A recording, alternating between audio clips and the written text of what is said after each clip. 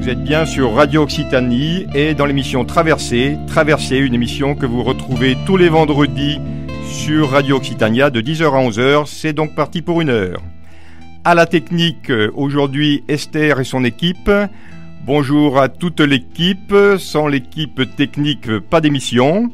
Au micro, exceptionnellement, aujourd'hui, ce n'est pas Christian Moretto, mais c'est Joël Oudot. Christian nous a fait faux bond pour la journée, pour une petite escapade parisienne. Mais qu'à cela ne tienne, Traversée est toujours Traversée, une émission humaniste et sans OGM, consacrée à la culture, à l'écologie, à la solidarité, aux résistances et aux alternatives, et où, à la compétition, on préfère la coopération. Nous sommes aujourd'hui le 22 mai et c'est la journée internationale de la biodiversité et nous sommes aussi à 1 semaine de la journée mondiale de l'environnement. Alors derrière ces journées institutionnelles qui sont portées par des instances de l'UNESCO, qu'est-ce qui se passe concrètement sur le terrain? C'est ce que nous allons essayer de voir aujourd'hui en nous intéressant plus particulièrement à ce qui se passe dans nos communes rurales. Et pour en parler, nous avons dans ce studio 4 invités EES. L'écologie, l'environnement se décline bien au féminin. Nous avons donc, en partant de ma droite, Marie-France Danflous. Bonjour Marie-France. Bonjour Joël. Marie-France, tu es adjointe au maire dans une petite commune commingeoise. Et donc, tu nous en diras un peu plus tout à l'heure. Tu n'es pas là par hasard, mais parce que tu es sensibilisée justement aux problèmes environnementaux. Ensuite, Francine Baldet. Bonjour Francine. Bonjour Joël. Alors toi, tu habites dans une petite commune du Lauragais. Et si tu es ici, c'est parce que tu viens de prendre possession d'une maison en bois qui était un projet de longue date avec Pascal, ta compagne, et donc qui vient d'être réalisé. Tu nous en parleras. Tout à fait. Et pour en parler, avec toi également Françoise Pertenet. Merci Françoise d'être ici et bonjour. Bonjour Joël. Donc Françoise, toi tu es la représentante d'un constructeur qui est Ami Bois et qui est très précisément le constructeur qui a construit la maison de Francine. Désolé pour la concurrence, mais il paraissait légitime d'inviter le constructeur qui avait construit la maison dont nous allons parler. Et donc, vous serez toutes les deux là pour parler ensemble de ce projet en particulier, et plus globalement de la maison en bois.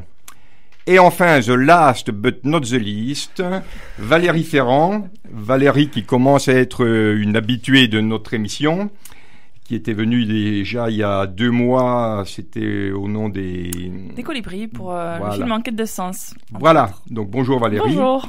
Et donc aujourd'hui tu seras ici notre grand témoin, et ça tombe bien, parce que tu as un projet à plus ou moins long terme, tu nous en diras peut-être quelques mots, qui consiste à construire une maison ou un bâtiment en bois, et puis par ailleurs tu as aussi des propositions à faire aux élus, donc on pourra parler de tout ça entre nous 5.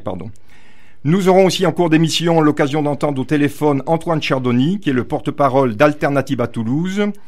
C'est une association dont nous avons déjà parlé ici et qui prépare une grande manifestation festive pour les 12 et 13 septembre autour des solutions possibles pour s'attaquer aux causes et surtout aux solutions du dérèglement climatique.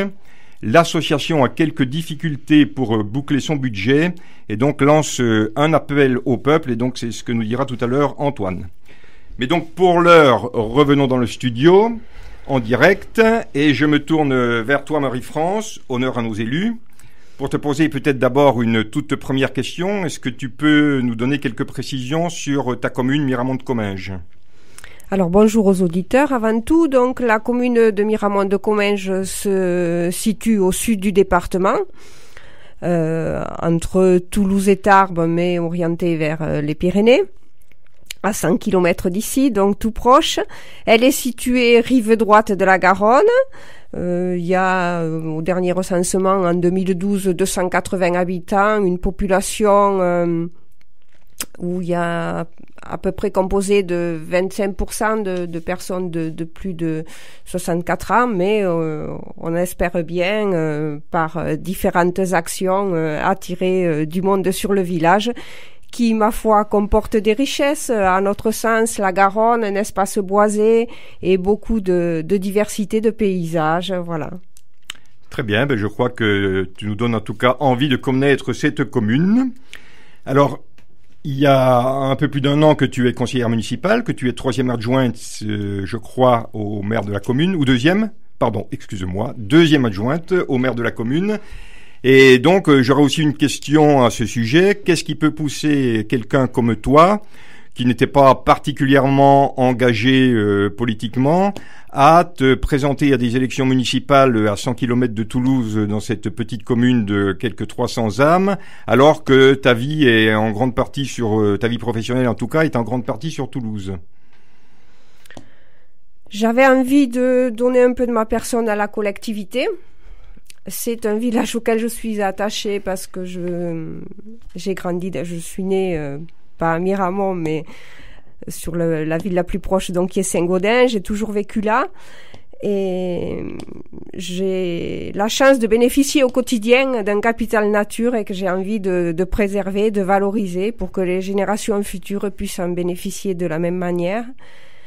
Et à l'échelle d'un petit village aussi, j'aimerais, par de petites actions, arriver à changer un petit peu les pratiques par rapport au déplacement, par rapport à la consommation. Voilà mes principales motivations. Donc une volonté de préserver un environnement qui, comme tu nous l'as dit, est quand même relativement intéressant et remarquable, et au besoin en faisant évoluer les pratiques et les mentalités pour s'assurer de la bonne préservation de cet environnement. En gros, on peut résumer ça comme ça. Oui. Très bien. Alors, comment s'est passée ta prise de fonction? Tu as maintenant 1 an de recul. Et d'abord, quelles sont tes fonctions précises au sein du conseil municipal? Bon, comme dans chaque conseil municipal, il y a bien évidemment des commissions communales. Bon, personnellement, j'en ai 4 à ma charge, qui sont la communication, l'éducation, l'économie et l'associatif. Mais bon, rien qu'à l'énumérer, ça fait beaucoup. L'exercice de la mission est un peu délicat pour l'ensemble des élus. Chacun fait avec ses compétences, ses savoir-faire et sa motivation. Et voilà les domaines sur lesquels j'interviens, qui parfois sont transverses avec d'autres commissions municipales, plus toutes les représentations qui sont nécessaires d'assurer auprès des syndicats intercommunaux.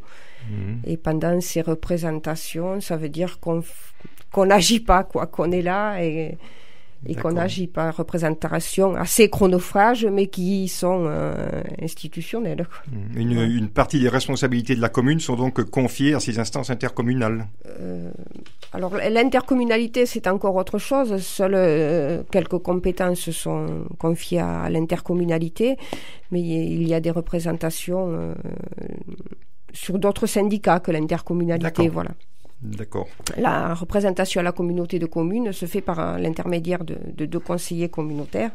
D'accord. Je suis également conseiller communautaire, plus pour longtemps, parce que la composition du conseil communautaire a changé et une forte place est donnée à la ville-centre, qui est la ville de Saint-Gaudens, au détriment des petites communes qui ont moins de 1000 habitants. Voilà. D'accord. Ça vient de sortir. D'accord. Donc tu nous as fait part de tes souhaits de t'investir dans le domaine de l'environnement. Tu as déjà, je crois, engagé un certain nombre d'actions. Est-ce que tu peux nous en parler plus précisément?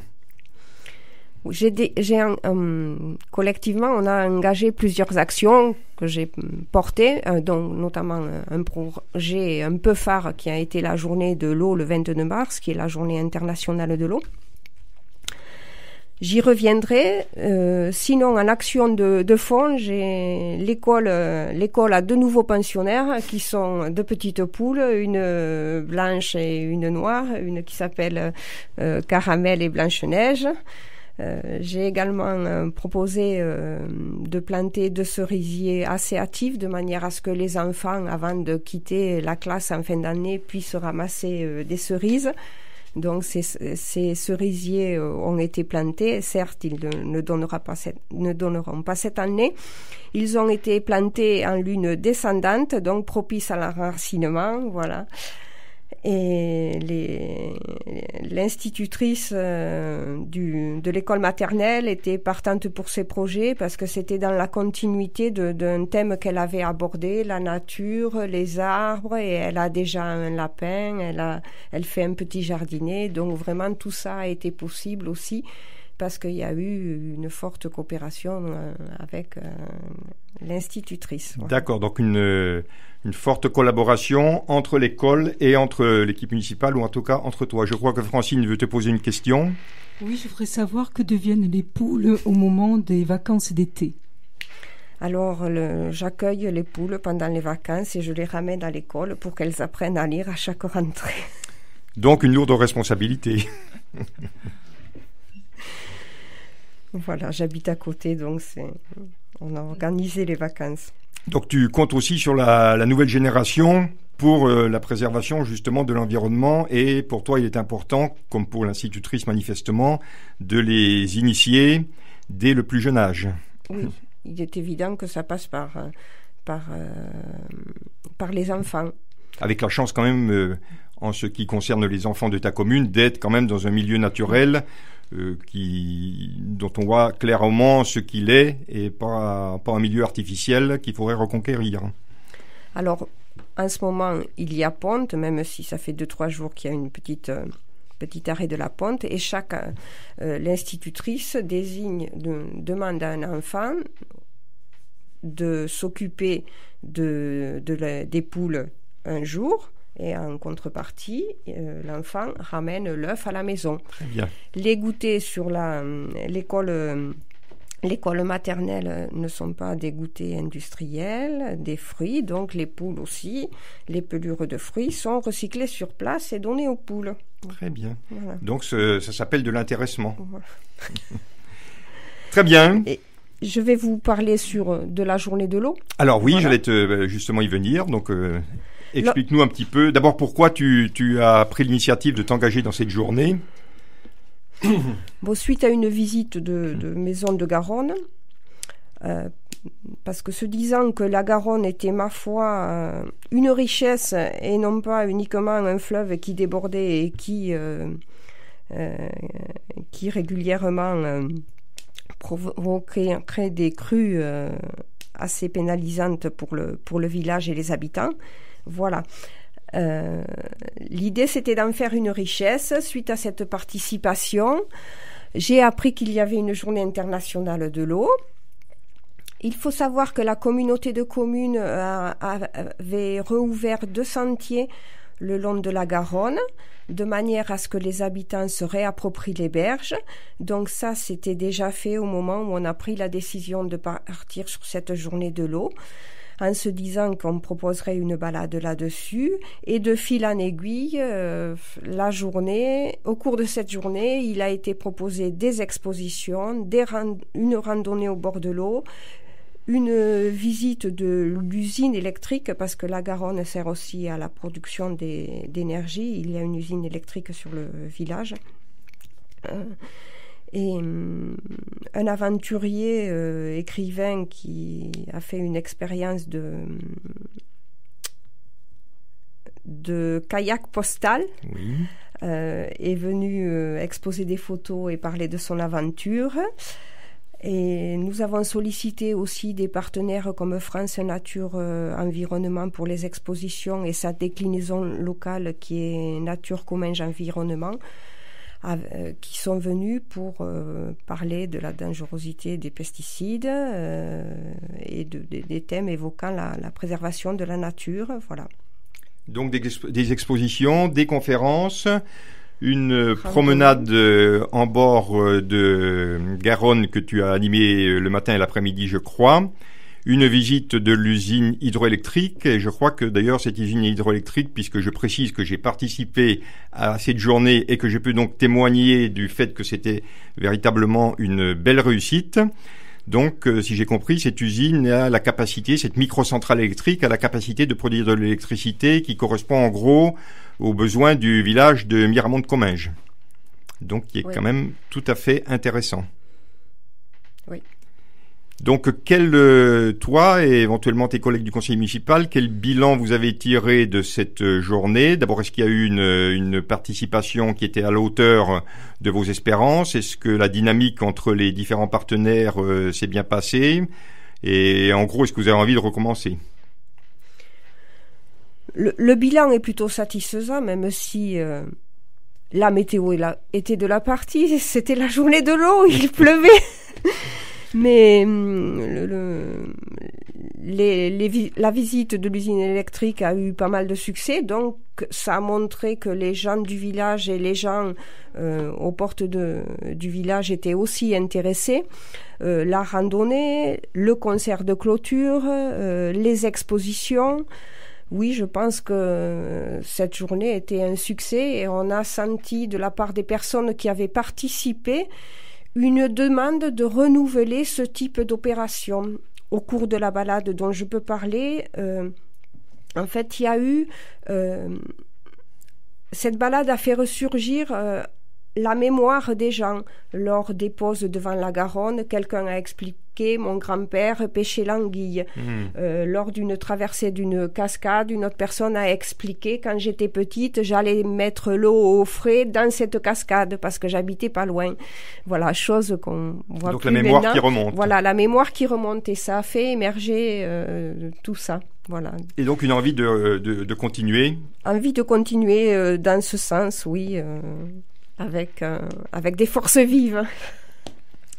Très bien. Eh bien, écoute, on espère qu'effectivement tu auras l'occasion de renouveler cette opération, peut-être également sur d'autres thèmes, et de continuer à engager ta commune dans des politiques environnementales tout aussi intéressantes et utiles. On va peut-être maintenant passer à Francine et à Françoise. Donc, Francine, toi, tu habites également dans une petite commune du département, mais dans une autre région qui est le Lauragais, c'est ça ? Oui, c'est ça, à Tarabel, dans le Lauragais. D'accord. Et donc, on l'a dit tout à l'heure, tu es ici parce que vous aviez avec Pascal, ta compagne, un projet de longue date qui était la construction d'une maison en bois et que, enfin, vous en avez les clés. Alors, c'est pas tout à fait ça. En 2011, on a décidé de faire construire une maison, mais on n'avait pas décidé qu'elle serait en bois. Mais comme on avait un engagement écologique très fort, on voulait qu'elle soit aux normes BBC. Et tu peux nous dire, rappeler les normes BBC d'une manière très générale Donc, ce sont des normes écologiques ou... Donc, ce sont des normes écologiques assez fortes. Oui, par rapport surtout à l'énergie. D'accord, c'est ça. Hein. Voilà, très peu de consommation d'énergie électrique. D'accord. Entre autres, et j'étais extrêmement sensible sur ce sujet, puisque je milite par exemple contre le nucléaire. Très bien. Et le hasard d'une petite randonnée autour de Tarabel a fait que on a vu une maison en bois qui était en construction. Donc on y est allé, et c'était un jeune couple qui depuis 2 ans construisaient eux-mêmes leur maison. Donc on a eu un coup de foudre vraiment sur la maison déjà, au niveau esthétique, elle était magnifique. Ils nous ont fait rentrer, ils nous ont expliqué leur engagement aussi écologique, donc ça nous correspondait complètement. Et le fait de rentrer aussi dans cette maison, on s'est aperçu d'une ambiance vraiment, quelque chose qui était particulier, une douceur d'ambiance. Ça ne s'explique pas, je crois qu'il faut le vivre. Et donc on est sorti de cet échange complètement enthousiaste. Et convaincu. Donc quelques jours plus tard, il y avait justement le salon de l'habitat à Toulouse. Nous y sommes allés et on a cherché effectivement des constructeurs de maisons en bois et nous sommes tombés sur Amibois.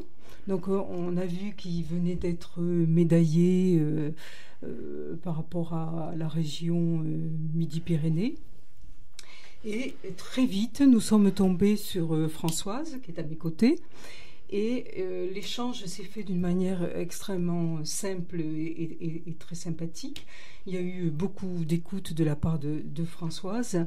Et on n'est pas allé voir d'autres constructeurs, c'est vrai. Il y a eu tout de suite une petite étincelle. Une accroche. Une accroche. Et voilà, et c'est comme ça qu'on a initialisé ce projet. Alors, c'était en 2011. des problèmes de santé ont fait qu'il a fallu que je retarde un petit peu ce projet. Et puis, il s'est fait à partir de début décembre 2014. D'accord. Et une question à toutes les deux. Donc, la maison a été construite sur des plans que vous proposiez, ou est-ce que c'était des plans qui étaient proposés par Ami Bois? Alors, je peux en premier dire que c'était...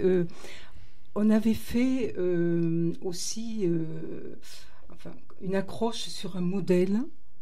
Donc, qui était proposé par le constructeur. Proposé par le constructeur. D'accord. Et en plus, après plusieurs visites, on parlera aussi des visites des maisons en cours de construction, on a vu ce modèle et on a vraiment été conforté d'une manière forte sur ce modèle-là.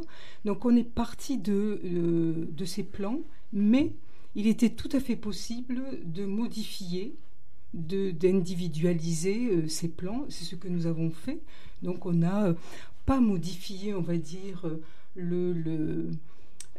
l'image extérieure, mais à l'intérieur, effectivement, on a organisé de manière un peu plus différente. D'accord. Donc, une question pour Françoise. Donc ça, c'est un principe général, c'est-à-dire que les personnes qui souhaitent s'engager dans ce type de construction ont la possibilité d'avoir des modèles que vous leur proposez, mais avec des possibilités d'aménagement.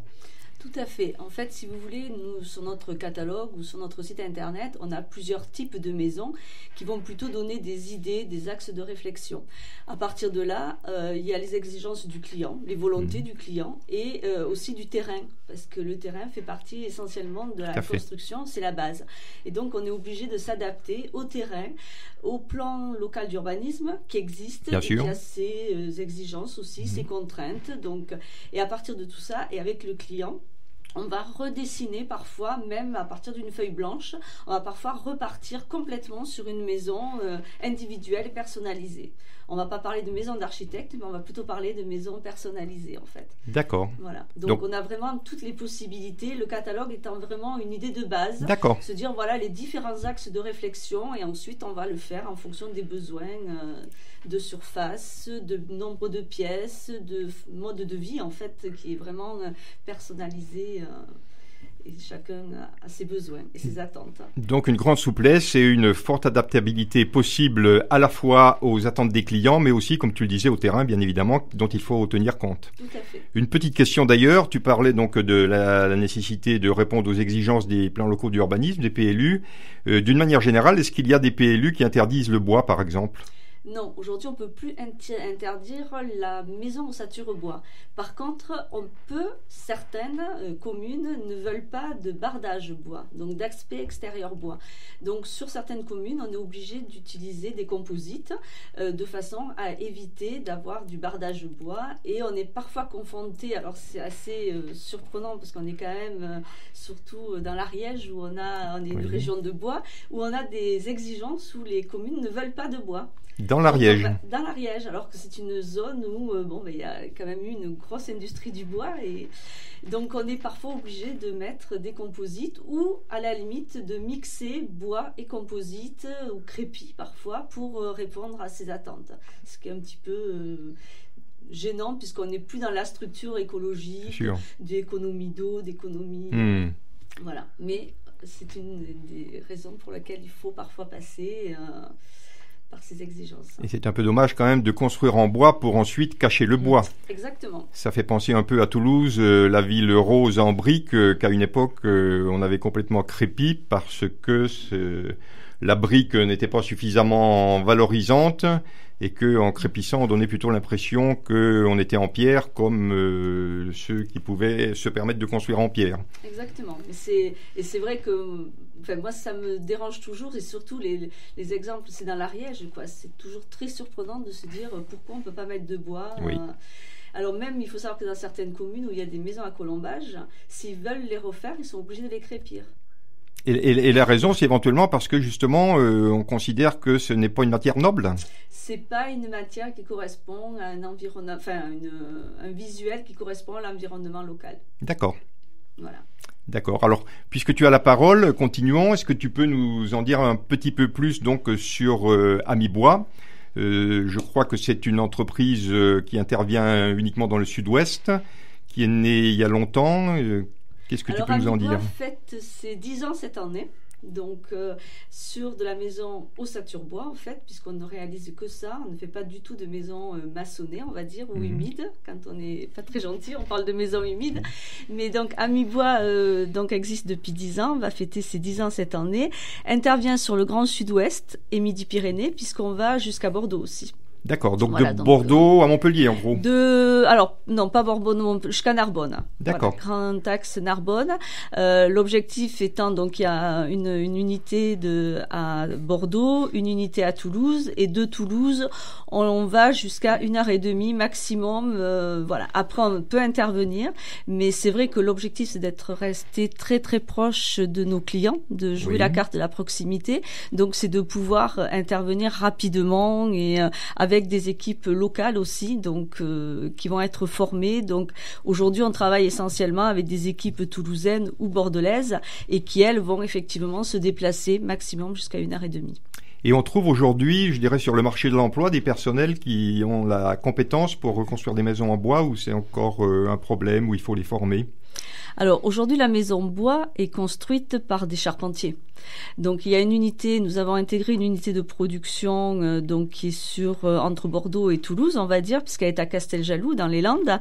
Et ensuite on travaille avec un autre atelier qui est sur une autre unité de production, donc qui est sur Villeneuve. À côté d'Agen, Villeneuve-sur-Lot, pardon.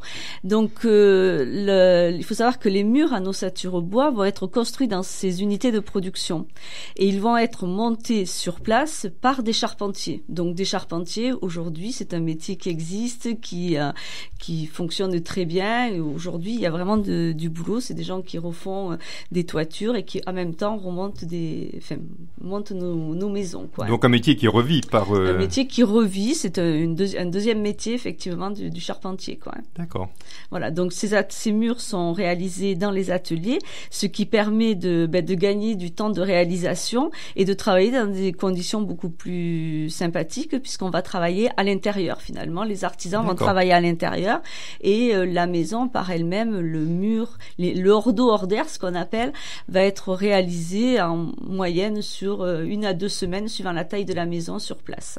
D'accord. Francine? Oui, je voudrais dire que le fait que les murs sont apportés sur le chantier et qui sont déjà réalisés fait que le chantier est extrêmement limité, c'est-à-dire au niveau de l'environnement. Par exemple, nous, on a fait l'achat d'un jardin qui est magnifique, avec des grands arbres, et d'où l'importance pour nous d'un chantier sans déchets. D'accord. Et limité au niveau des grands travaux ou de produits toxiques. Donc effectivement, comme disait Françoise, le projet est allé très vite dans l'élévation des murs, mais surtout l'environnement a été respecté et protégé. D'accord, donc une maison environnementale, mais en même temps un chantier également respectueux de l'environnement et des matériaux recyclables, bien sûr, par la suite. Tout à fait. Eh bien, je crois que nous allons nous interrompre pendant quelques instants. Nous allons reprendre dans quelques minutes notre émission pour une petite pause musicale.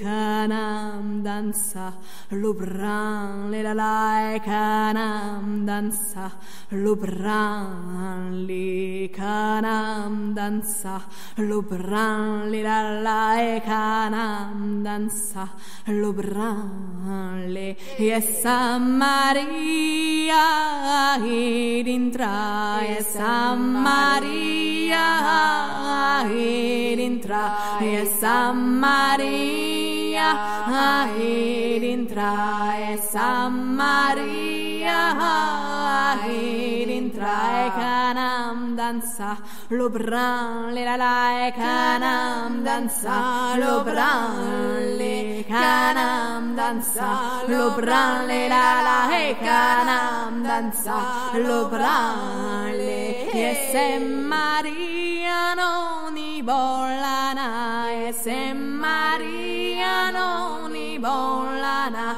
e San Maria non i bollana, e San Maria non i bollana, e canam fini, lo bran le la e canam fini, lo bran le canam fini, lo bran le la e canam fini, lo bran le e San Maria, id intra e San Maria, id intra e San Maria, id intra e San Maria, id intra e canam danza, lo bran le la e canam danza, lo bran le canam danza, lo bran le la e canam danza, lo bran le Rossignol le rebelio te, Rossignol le rebelio te, Rossignol le rebelio te, Rossignol le rebelio te, canam danza, lo bran le la e canam danza, lo bran le canam danza, lo bran le la e canam danza, lo bran le. Une chanson de Terra Mariée qui est une chanson en occitan gascon. On revient donc dans le studio et on reprend notre émission. Et là, je vais donner la parole à Valérie, dont on a dit tout à l'heure qu'elle était notre grand témoin. J'avais annoncé que tu avais un projet à plus ou moins long terme concernant la maison en bois, par exemple. Donc, est-ce que tu peux nous dire d'abord un petit mot de ce projet et peut-être en profiter pour poser des questions à nos autres invités? Oui, alors rapidement sur le projet, effectivement, nous, mon conjoint et moi, ce serait un projet global inspiré des oasis en tout lieu proposé par Pierre Rabhi.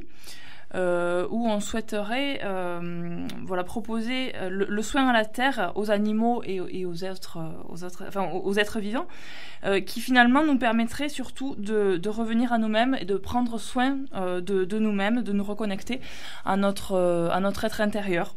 Donc du coup, ce serait proposer vraiment un lieu de ressourcement ouvert à tous, où pouvoir cultiver cette idée de Gandhi de se changer pour changer le monde. Voilà, donc ça pourrait être, à partir de là, on peut décliner énormément de choses. Bien sûr, la permaculture, l'agroécologie, ou vraiment prendre soin de la terre. Après, la permaculture, c'est toute une philosophie de vie, c'est très vaste. Prendre soin des animaux, dans mon idéal, j'aimerais aussi mettre en place des ateliers de développement personnel, proposer un espace où faire des stages, organiser des stages, des conférences, centrés sur l'humain et notre environnement. Pourquoi pas des chantiers participatifs et bien sûr une transmission des savoirs, un lieu d'échange, de rencontre, de partage, voilà. D'abord un lieu d'accueil. Et donc à partir de là, effectivement, pour nous, il apparaît très important de porter notre attention sur le bâti qui va accueillir tout ce projet, d'où notre intérêt pour la construction bois, évidemment. Alors Francine, ce que tu disais, ton témoignage est très intéressant puisque on sent bien cet engagement écologique et voilà, moi ce qui m'intéressait de voir aujourd'hui, c'est que la construction bois répond bien à ça parce que on peut faire du BBC comme on l'évoquait, mais même se contenter du BBC, je suis pas hyper technique, mais j'ai compris que c'était quand même assez limité. Il faut peut-être aller encore plus loin. Et ce que tu évoques, un chantier propre, un respect du terrain, et puis cette relation que vous avez pu avoir, Françoise et toi, ça me paraît très important. Donc voilà, avoir encore d'autres informations l'intervention, effectivement, j'ai plein de questions, mais on va y aller quand même tranquillement. Et après, c'est aussi la recherche d'un terrain approprié pour accueillir ce projet. Donc, c'est intéressant de savoir qu'il y a des municipalités qui se sentent concernées par l'environnement et qui sont sensibles à tout ça, et voir aussi jusqu'où peuvent aller les municipalités pour favoriser ce type de projet. Voilà, alors je crois que l'avancée des problèmes écologiques et environnementaux dans nos communes résultera forcément d'une dynamique qui se crée entre une municipalité qui est sensibilisée, entre des citoyens qui sont eux-mêmes sensibilisés et porteurs de projets, comme c'est le cas de Francine, et puis entre des opérateurs qui sont à même aussi de réaliser ces projets, comme par exemple la Mi-Bois. Voilà, tout à fait. Et d'ailleurs, on le voit dans le pacte aussi pour la transition que vous propose Alternatiba, je rebondis sur le sujet, puisque ce pacte propose 15 mesures pour la transition que pourraient mettre en place les municipalités. Alors chacun à leur mesure, chacun à leur façon, c'est des sources d'inspiration, mais on voit que c'est cette coopération entre les élus, les citoyens à titre individuel, et puis effectivement les partenaires constructeurs et autres professionnels finalement de l'environnement. C'est à partir de cette coopération qu'on va faire avancer les choses, c'est certain. Nous en sommes tous convaincus, je pense, autour de cette table. Est-ce que tu as des questions précises à poser sur la maison en bois ? Alors, je vais juste revenir sur le label BBC, en fait, puisqu'aujourd'hui, le label BBC n'existe plus, en fait. On parle de la réglementation thermique 2012. En fait, le label BBC correspondait à un label de la RT, la réglementation thermique 2005. Aujourd'hui, on est sur la RT 2012 qui a ses exigences, mais qui apporte un confort supplémentaire et surtout des grosses économies d'énergie dans l'utilisation des maisons. Je parle toujours d'un exemple très concret. Aujourd'hui, Francine ne peut pas nous en parler parce qu'elle n'habite toujours pas sa maison. Mais pour vous donner un exemple, j'ai une famille sur Oswil-Tolosane qui a une maison de 130 mètres carrés à Nossature-Bois, qui y vit maintenant depuis 3 ans. Quand je parle d'une famille, c'est un couple avec 3 enfants et qui, globalement, en énergie globale, primaire et secondaire, consomme par an 700 €. Donc, alors je pourrais vous parler de moins de 45 kW au mètre carré, tout ce que vous voulez, mais quand on parle de 700 € par an pour une famille, c'est clair. C'est beaucoup plus clair. Et quand on ramène ça mensuellement pour une famille, c'est quand même très parlant, quoi. Tout à fait. Donc, on va travailler sur l'orientation, sur l'isolation essentiellement, sur les systèmes de production d'eau chaude à énergie renouvelable, sur les systèmes de chauffage. On va beaucoup travailler. 90% de nos maisons sont chauffées avec des poêles à granulés, donc qui sont une utilisation à nouveau du bois. Donc on est toujours dans le recyclage et dans l'utilisation et le circuit bois. Le circuit bois, effectivement. Donc pour répondre un peu sur la question du BBC, en fait, qui aujourd'hui, on n'a pas le label RT 2012 encore, il n'est pas encore sorti. On tend maintenant, on travaille sur les innovations pour la 2020, la RT 2020 qui est demain en fait. Hein. Oui. Est-ce que j'ai répondu à vos questions ? Oui, non, c'est tout à fait, merci. Et justement, on parle beaucoup de bois. Et quel est le type de bois que vous utilisez ? Alors, il y a 2 types de bois qui vont être utilisés. Il y a le bois de structure, puisque la maison va être construite avec du bois, les murs à la place de la brique, on va utiliser du bois. Là, on va travailler avec du pin nordique à petits grains. En fait, du pin qui va pousser très lentement, puisque c'est lui qui va assurer la rigidité de la maison et le côté solide de la maison. Donc, c'est des bois qui vont venir d'Europe du Nord essentiellement, de filières qui vont être très performantes parce que c'est eux qui vont maîtriser les séchages du bois, enfin les temps de séchage, et qui vont assurer la pérennité de la maison. Donc Allemagne, Finlande, un peu le nord de la France, mais encore très peu. Et ensuite, on a le second bois qui va être utilisé, qui lui va être le bois de bardage, et qui lui va être essentiellement du centre de la France, sur des filières courtes, avec des traitements plus ou moins autoclaves, par exemple, qui sont des traitements qui vont aussi allonger la durée de vie et l'aspect extérieur du bois. Donc 2 types de bois différents, quoi.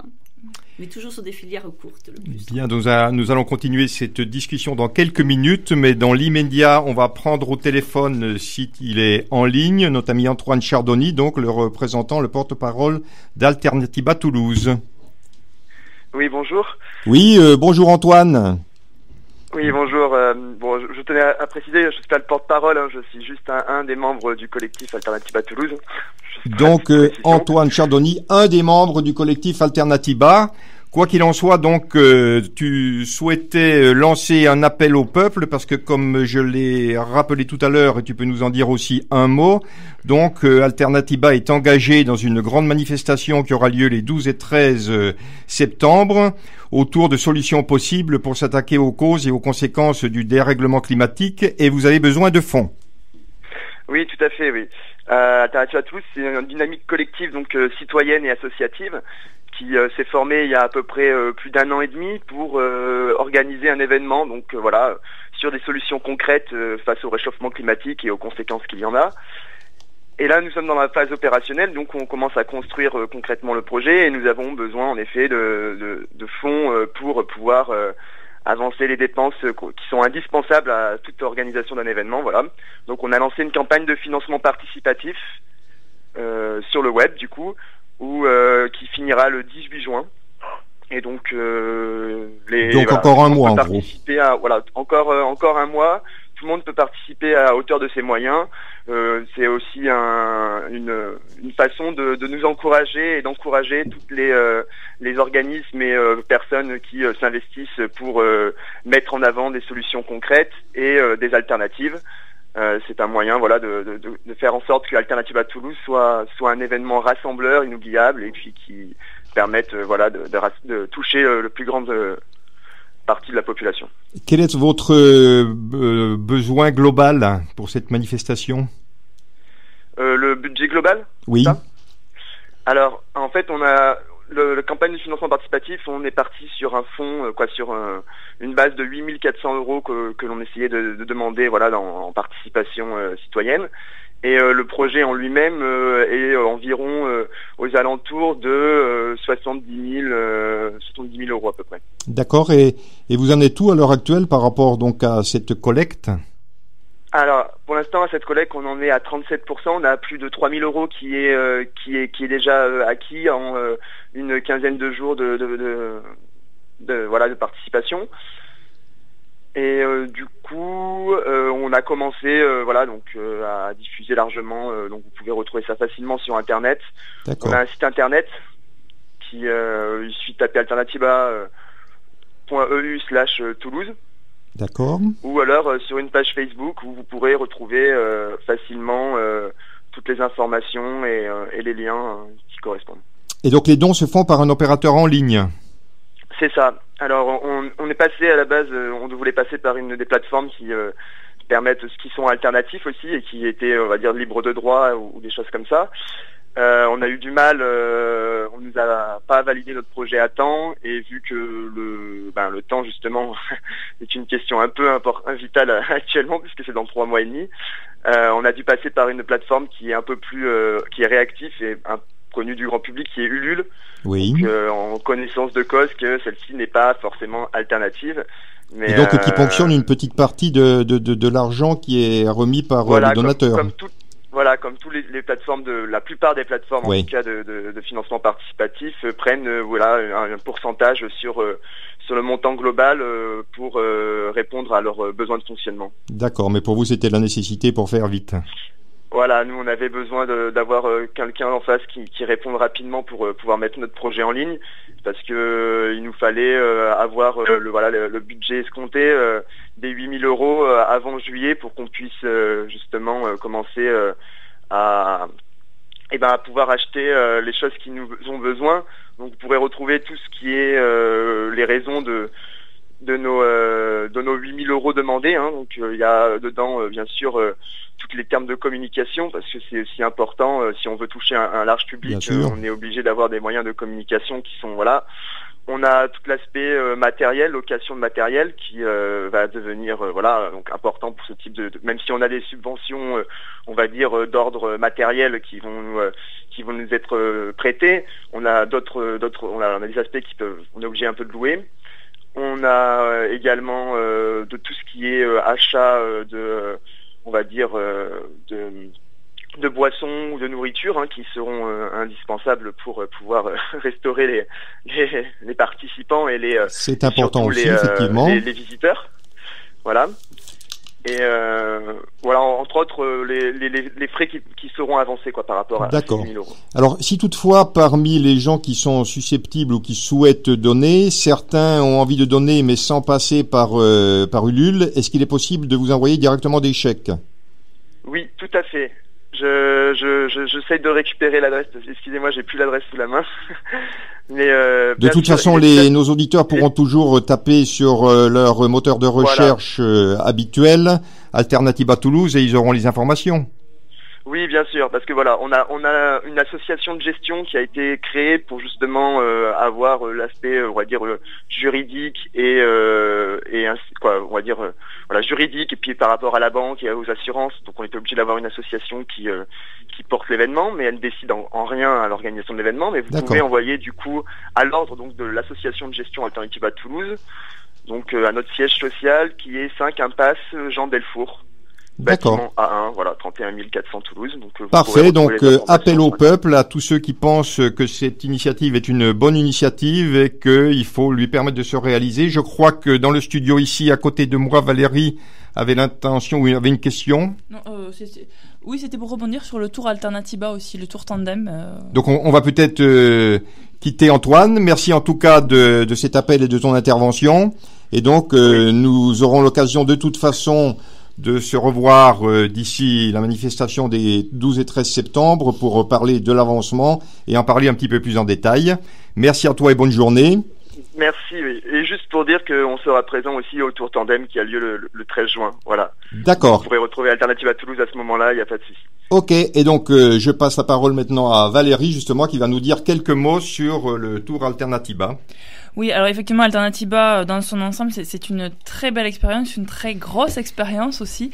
Donc le village des Alternatives à Toulouse en septembre est plus proche dans les dates et le Tour Tandem Alternativa, puisqu'il va passer à Casères le 12 juin.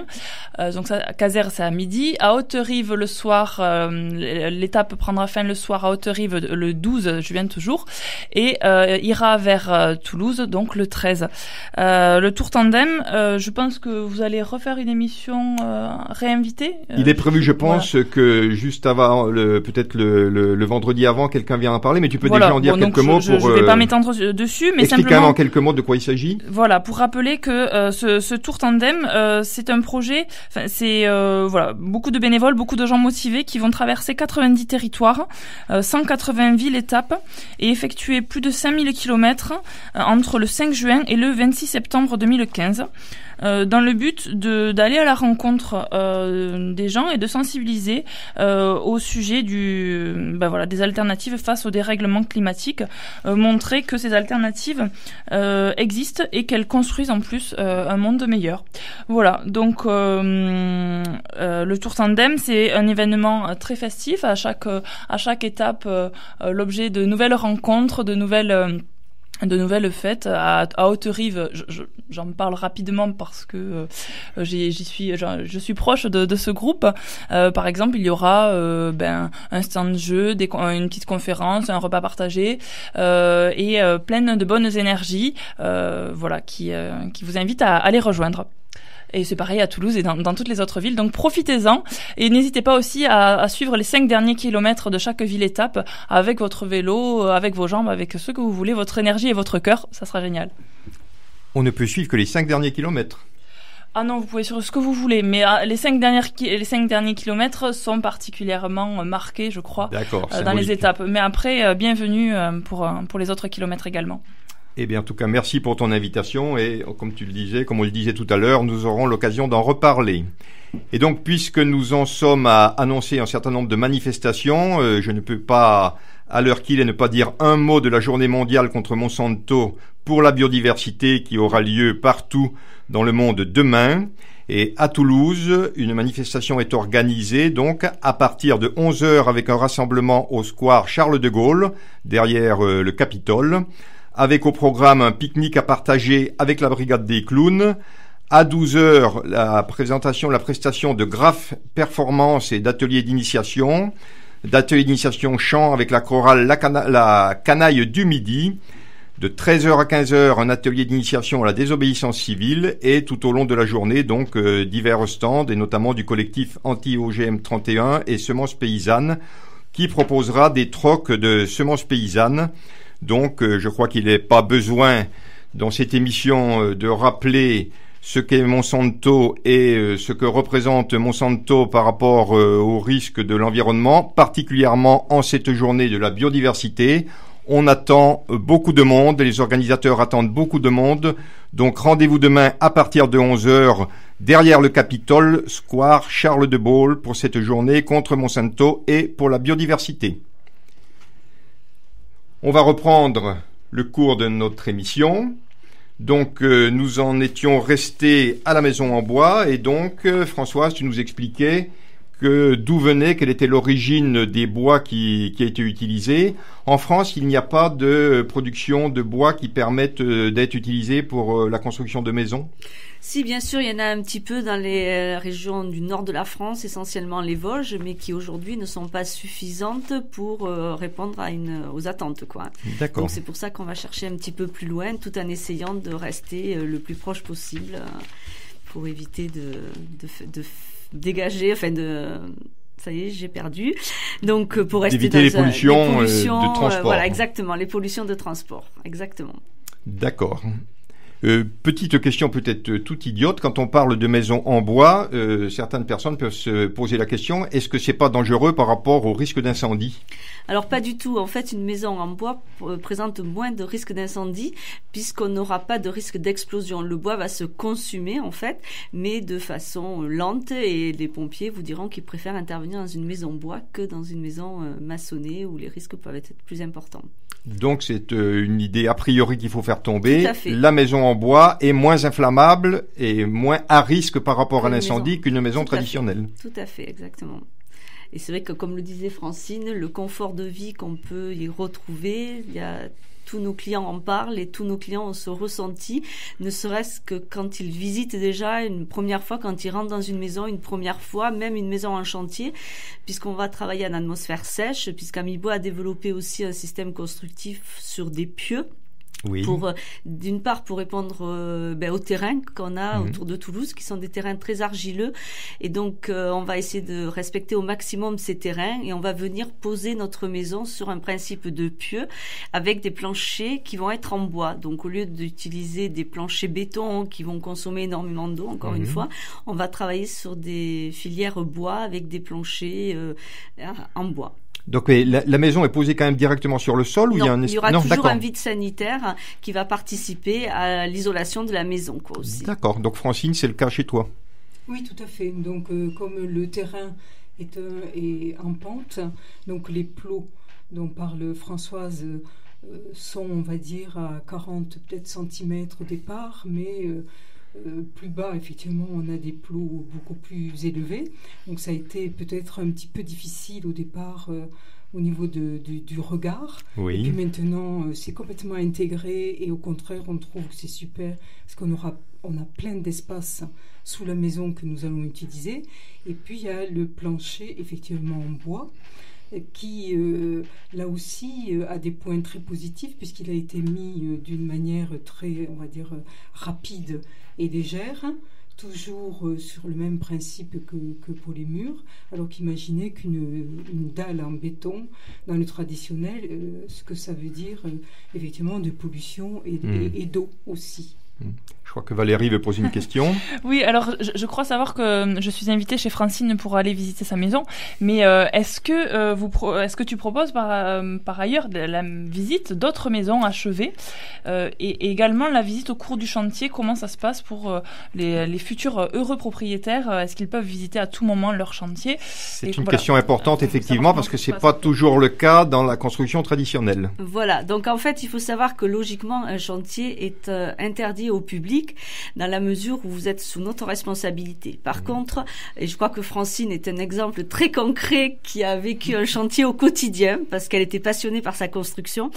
Donc, en fait, si vous voulez, l'objectif, c'est qu'on a un conducteur de travaux qui va gérer l'ensemble du chantier, qui va vous inviter régulièrement à des rencontres avec les artisans aussi, parce qu'on peut avoir vu beaucoup de choses sur le papier, mais ensuite, on a besoin de matérialiser. Donc, c'est important d'aller dans sa maison.